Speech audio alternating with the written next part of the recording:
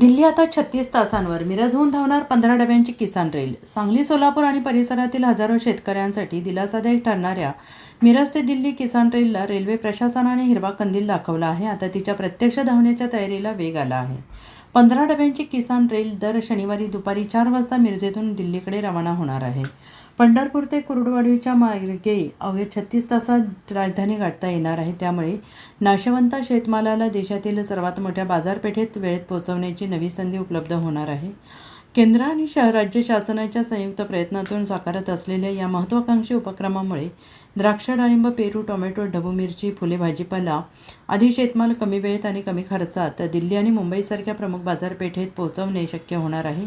किसान rail सुरू करण्याचा प्रस्ताव तत्कालीन जिल्हाधिकारी अशोक काकडे यांनी रेल्वे प्रशासनाकडे दिला आहे.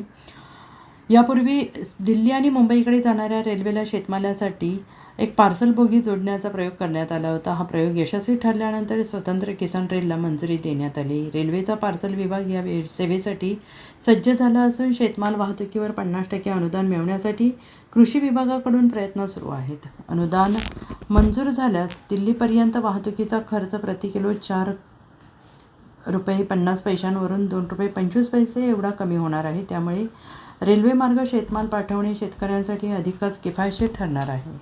Bureau report, SBN Marathi, Sangli.